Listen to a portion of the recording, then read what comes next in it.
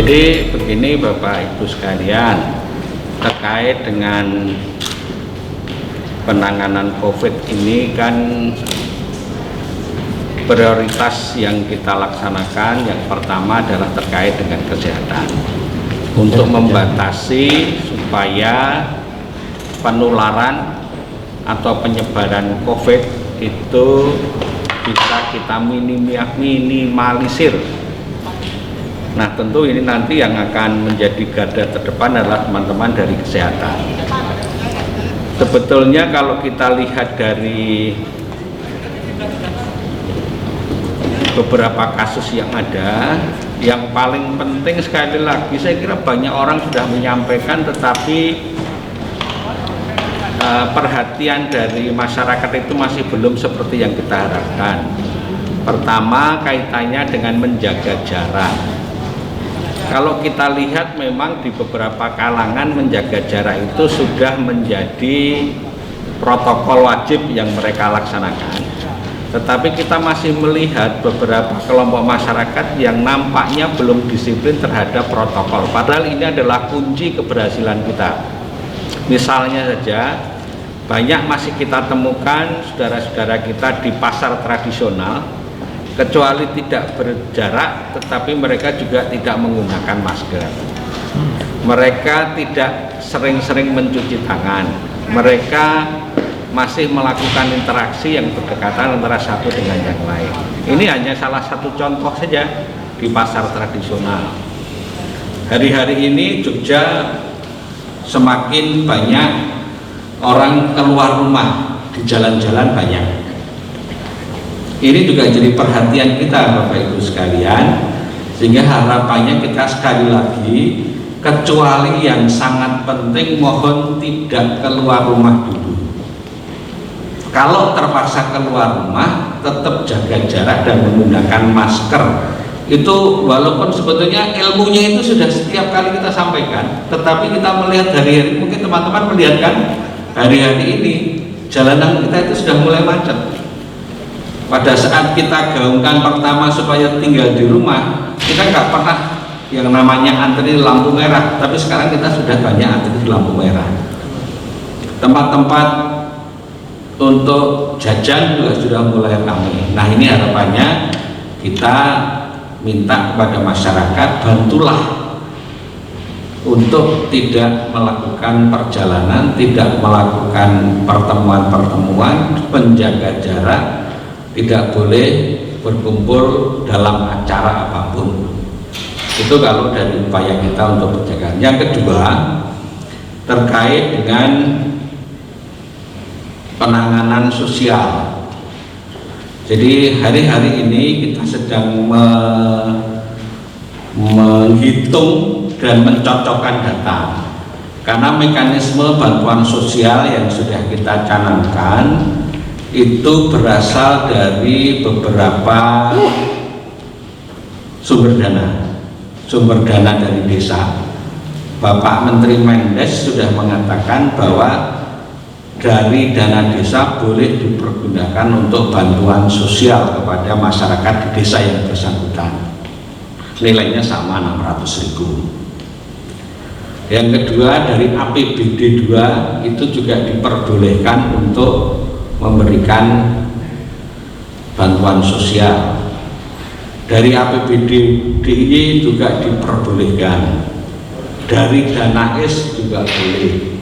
Dari pemerintah pusat juga boleh. Bahkan pemerintah pusat itu masing-masing sektor sendiri-sendiri. Ada sektor tenaga kerja sendiri yang PHK. Dari sektor sosial sendiri mereka yang dari keluarga tidak mampu. Dari perhubungan ada mereka yang terlibat di dalam usaha atau bekerja di bidang transportasi dan lain-lain. Nah, yang sekarang ini kita buat adalah supaya tidak ada duplikasi antara satu dengan yang lain, karena kita lebih mengedepankan semuanya akan mendapatkan.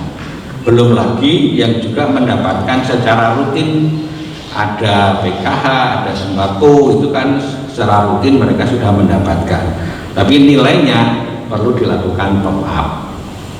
Itu yang kedua, kaitannya dengan bantuan sosial. Tentu yang ketiga, kita berpikir bagaimana supaya ekonomi kita tidak semakin terpuruk, tetapi kita harus memperhatikan protokol kesehatan.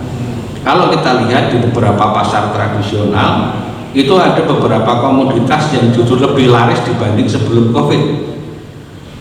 Gitu. Nah, ini tentu jadi persoalan kalau kemudian pada saat belanja di pasar tradisional terutama itu timbul antrian-antrian yang cukup besar. Lalu mana yang kita didahulukan untuk kesehatan? Itu intinya, itu 3 hal. Ada yang bertanyakan? Pak, mungkin untuk yang saya desain final APBD provinsi dan yang kabupaten kota, apakah sudah dibahas dan sudah disampaikan yang di kabupaten kota, Pak? Ya, yang kabupaten kota sudah ada yang menyampaikan kepada kita, tapi memang final kita batasi besok hari Selasa. Tapi ini tadi informasi dari BPKA, saya mendapat informasi sudah beberapa kabupaten sudah masuk, sehingga kita sudah bisa menghitung dana desa, dana kabupaten, dan dana provinsi. Rata-rata berapa Pak yang kabupaten itu, Pak? Aduh, aku belum nggak tadi. Kalau yang di 300-an sekian ya.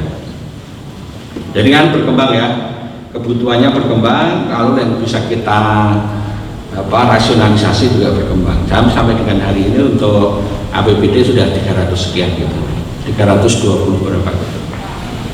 Pak, untuk data penerima bansos dari Kemensos itu sudah difinalisasi, Pak? Ya, jadi hari ini tadi kita juga sudah bicarakan dengan teman-teman. Jadi yang sumber data itu kan ada sosial, ada tenaga kerja, ada UMKM ya.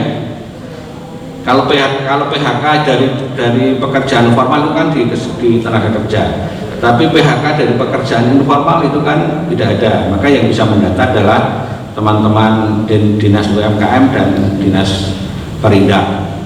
Lalu data dari perhubungan untuk mereka yang terlibat di bidang transportasi. Nah, itu baru kita satukan. Sangat penting adalah bahwa semua data yang masuk itu harus dilengkapi dengan NIK dan nomor KK, supaya kita bisa menjaring, nanti kita search gitu, supaya tidak ada yang double. Oke? Pak, mau minta kapan jalan-jalan Jogja yang kembali ramai.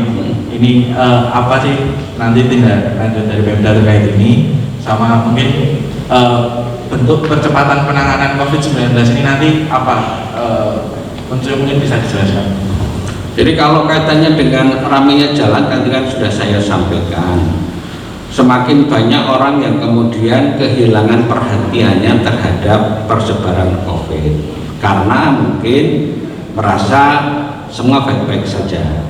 Tapi kan kita tidak tahu pada saat kita keluar itu kita bertemu atau berkontak langsung dengan orang yang potensi positif atau tidak, itu kan dia tahu. Nah, oleh karena itu kalau kita lihat di jalan itu ada 2. Yang pertama, memang ada yang kurang perhatian terhadap pentingnya menjaga jarak, baik jarak fisik maupun jarak sosial.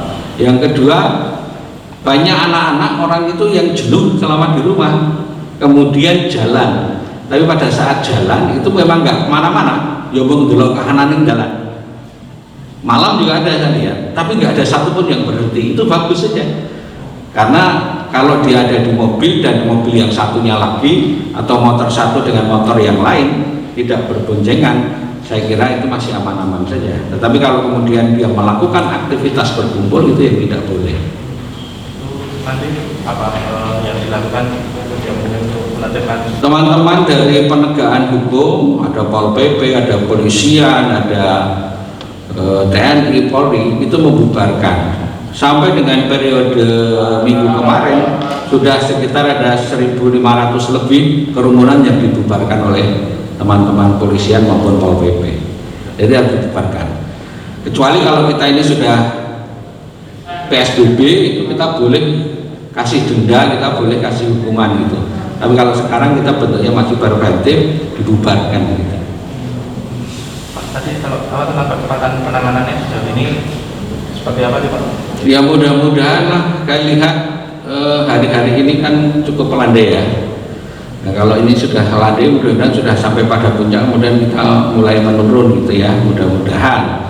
Dan kalau saya tidak salah, tingkat kesembuhan kita juga cukup bagus dibanding provinsi-provinsi lain. Nah, ini menandakan bahwa penanganan kita di rumah sakit cukup bagus. Perhatian masyarakat terhadap mereka yang punya gejala juga cukup bagus, sehingga kalau tren ini bisa kita lanjutkan, mudah-mudahan kita bisa segera mengatasi persebaran COVID yang kita khawatirkan ini. Itu ya. Soal tes, apakah menjadi cara untuk mengadakan sendiri rapid test, artinya melakukan pengadaan, karena saat ini kan kalau tidak salah hanya sekitar 20.400 saja. Itu hanya untuk tenaga medis dan para medis itu sasarannya. Apakah akan menyasar kelompok-kelompok lain yang rentan juga? Ya, memang untuk rapid test selama ini kita masih menggunakan untuk tenaga medis dan beberapa orang yang kita pandang penting untuk dilakukan rapid test. Dan pemerintah daerah juga sudah minta kepada teman-teman di lingkungan medis apakah kita perlu rapid test untuk masyarakat atau tidak. Saya kira kita masih dengan pola seperti yang kemarin, tetapi untuk pengadaan rapid test kalau tidak ada bantuan dari pusat, tentu kita sekarang sudah pesan untuk rapid test dalam rangka untuk lebih memperbanyak tes-tes yang dilakukan dengan rapid test. Tetapi kalau kita lihat sebetulnya kapasitas laboratorium PCR kita sudah cukup dibandingkan dengan tempat-tempat lain, karena kita punya tempat 3 laboratorium yang kapasitasnya sudah cukup bagus.